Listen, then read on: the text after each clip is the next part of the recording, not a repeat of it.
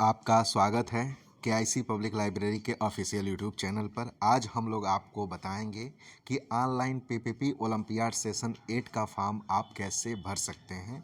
इसके बारे में पूरी जानकारी आपको दिया जाएगा। तो हम लोग देखना शुरू कर चुके हैं केआईसी पब्लिक लाइब्रेरी का ऑफिशियल यूट्यूब चैनल। तो आप केआईसी पब्लिक लाइब्रेरी गूगल पर जाके डालेंगे, ये आपका आ जाएगा KIClibrary.in। यहाँ पे आप क्लिक करेंगे, इसको खुल जाएगा पीपीपी ओलंपियाड। बहुत ही इजी वे में आप चीज़ों को देख समझ बुझ सकते हैं, कोई बहुत ज़्यादा दिक्कत नहीं है। ये पीपीपी ओलंपियाड है और लाइब्रेरी के बारे में यहाँ से देख सकते हैं। थोड़ी सी जानकारी आप यहाँ से कलेक्ट कर सकते हैं, पढ़ सकते हैं क्या है कैसे है। आप जाना थोड़ा सा नीचे जाएंगे तो पीपीपी ओलंपियाड के बारे में जानकारी कलेक्ट कर सकते हैं। इसके पश्चात जो है यहाँ कुछ गैलरी है जो आप चाहें तो जाके देख सकते हैं। खैर, एक चीज़ और आपको बताएं कि जो ऑफिशियल यूट्यूब चैनल है केआईसी पब्लिक लाइब्रेरी का, इस पर आप यहाँ से जा भी सकते हैं। यहाँ क्लिक करेंगे, जो ही क्लिक करेंगे आप इसके ऑफिशियल यूट्यूब चैनल पे जा सकते हैं। खैर, हम लोग यहाँ पर आए हैं, आप ऑनलाइन फॉर्म कैसे अप्लाई कर सकते हैं, तो इसके बारे में जानकारी जानने के लिए तो चलिए यहाँ 3 डॉट पे आप क्लिक करेंगे। 3 डॉट पे जो ही क्लिक करेंगे आप यहाँ देखेंगे एक दिया गया है इंपॉर्टेंट लिंक का ऑप्शन।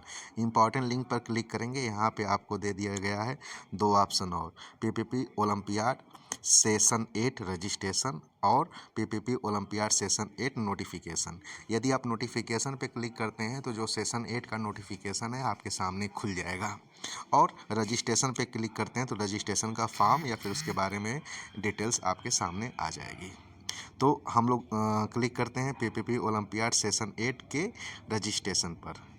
तो रजिस्ट्रेशन पे हमने क्लिक किया, आ गया डिटेल्स में आप जाके देखेंगे तो पहले इसके बारे में जिक्र किया गया है। यह एक नेशनल लेवल स्कॉलरशिप एग्जामिनेशन है। एग्ज़ाम डेट आपका 30 मार्च 2025 को आयोजित होगा, यानी कि जो नया सेशन शुरू होता है, यानी 1 अप्रैल से नया सेशन शुरू होता है, उससे 2 दिन पहले यह एग्ज़ाम आयोजित होगा। और संडे के दिन 30 मार्च को आपका क्या है, संडे है। फार्म फ़ी इसमें वापस की जाती है, 100% तक फार्म फ़ी आप वापस की जाती है। आप कोई भी फार्म अप्लाई करते हैं XYZ, जो भी सरकारी वैकेंसी का या फिर जो है एंट्रेंस एग्ज़ाम का या एलिजिबिलिटी टेस्ट का। एंट्रेंस एग्ज़ाम की बात करें तो CHS नवोदय या फिर जो है सैनिक विद्यालय का फॉर्म अप्लाई करते हैं तो जो फार्म फ़ी लगती है वो रिफ़ंड हो जाती है। इसके बाद यह 100% तक होता है। इसके बाद जो है स्कूल कोचिंग इंस्टीट्यूट में आप एडमिशन लेते हैं तो जो एडमिशन फ़ी होता है उसमें रिफ़ंड मिल जाता है 90% तक। और ये समझ लीजिए कि कक्षा 4 का लड़का है, कक्षा 5 में एडमिशन लेगा तो कक्षा 5 की जो एडमिशन फ़ी होगी वही रिफ़ंड हो जाएगी। तो ये चीज़ें हैं। इसके अलावा स्कॉलरशिप प्रोवाइड की जाती है, जो कि 3,000 से लेकर के 1,20,000 रुपये तक होती है। स्कॉलरशिप मंथली होती है 3250 रुपये पर मंथ भी। अब फिर यहाँ पे कुछ डिटेल्स दिया गया है, आप चूँकि इस पर मैं बहुत ज़्यादा फोकस नहीं हूँ, आप देख सकते हैं जा करके। नोटिफिकेशन लिंक है, क्लिक करेंगे चले जाएंगे यहाँ पे। सिलेबस आप यहाँ से जा सकते हैं, देख सकते हैं। इन सब का जिक्र वैसे चैनल पे कर दिया गया है, आप जाके देख सकते हैं। इसके बाद यहाँ से टेलीग्राम चैनल पे जा सकते हैं, यहाँ पे व्हाट्सअप चैनल पर जा सकते हैं, यहाँ से आप पीपीपी ओलंपियाड के यूट्यूब चैनल पे जा सकते हैं, यहाँ पे फेसबुक पेज पर जा सकते हैं, यहाँ पे इंस्टाग्राम अकाउंट पे जा सकते हैं, यहाँ केआईसी पब्लिक लाइब्रेरी के यूट्यूब चैनल पे जा सकते हैं। ये लिंक दिया गया है। अब यहाँ पे देखिए लास्ट डेट की बात हो रही है, तो लास्ट डेट के लिए नोटिफाइड सून यहाँ पे आ गया है, चूँकि ये फ़ेज़ 2 शुरू हो रहा है तो इसमें फ़ेज़ 2 का लास्ट डेट अभी डिसाइड नहीं किया गया है। अब यहाँ से हमारा फॉर्म शुरू हो जाता है। तो फर्स्ट ऑफ ऑल आपको करना क्या होता है कि इस पर आप जो है स्कैन कीजिए और पेमेंट कीजिए। पेमेंट करने के बाद आपकी पेमेंट करने के बाद जो रेफरेंस आईडी होती है उसे आपको लास्ट के 4 डिजिट, या पेमेंट आईडी जो होती है उसे की लास्ट की 4 डिजिट आपको नोट कर लेना है पेमेंट करने के बाद। फिर यहाँ पे आपको अपना नाम लिखना है, जो भी आपका XYZ नाम हो आप नाम लिखेंगे। आप जिस भी क्लास में हो, क्लास में आप इतनी सारी क्लासेस यानी इतना सारा पेपर आप दे सकते हैं, इसमें से कोई एक दे सकते हैं।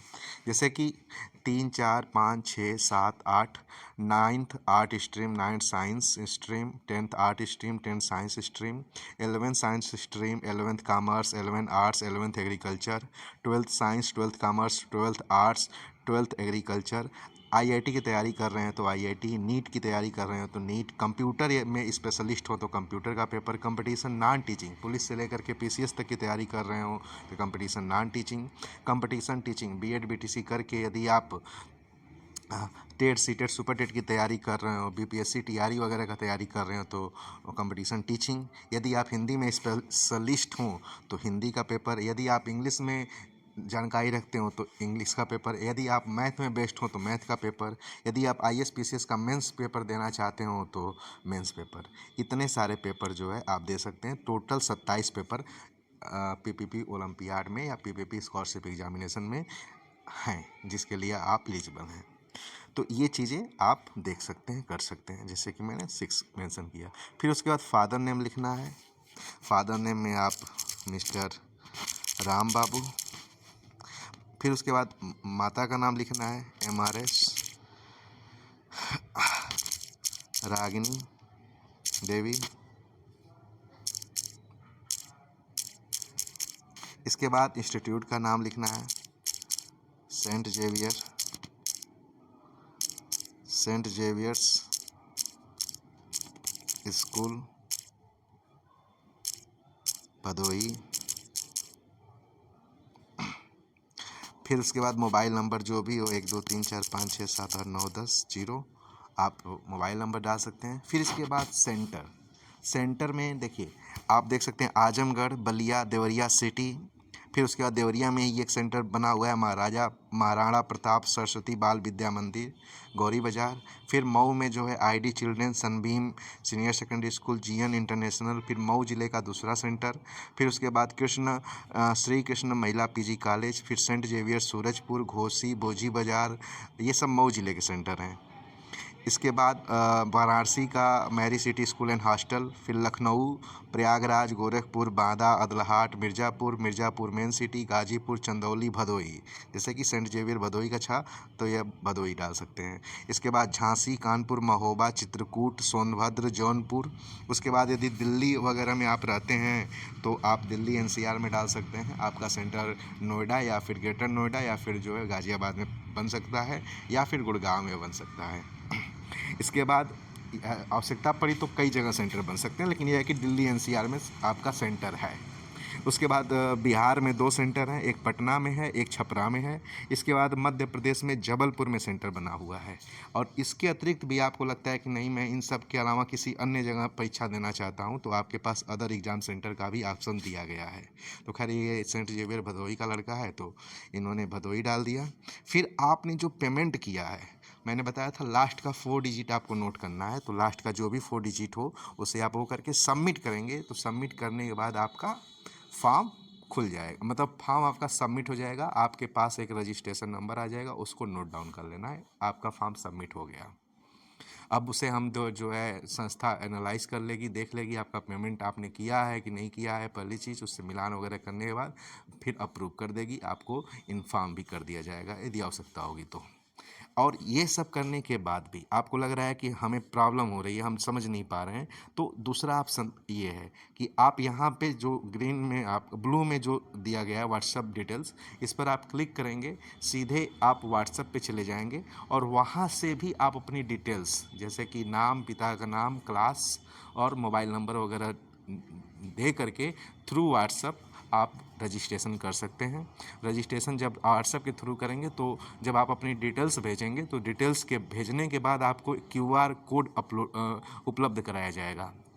उस क्यूआर पर आप क्या करेंगे, पेमेंट करेंगे।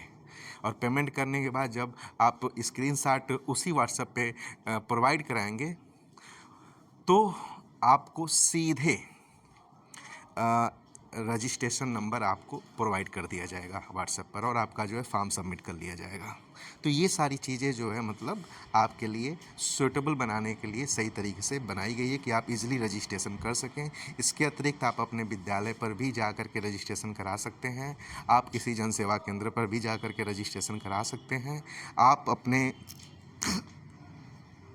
जो भी कंप्यूटर चलाते हैं, वो मोबाइल चलाते हैं, उनसे कह करके रजिस्ट्रेशन करा सकते हैं।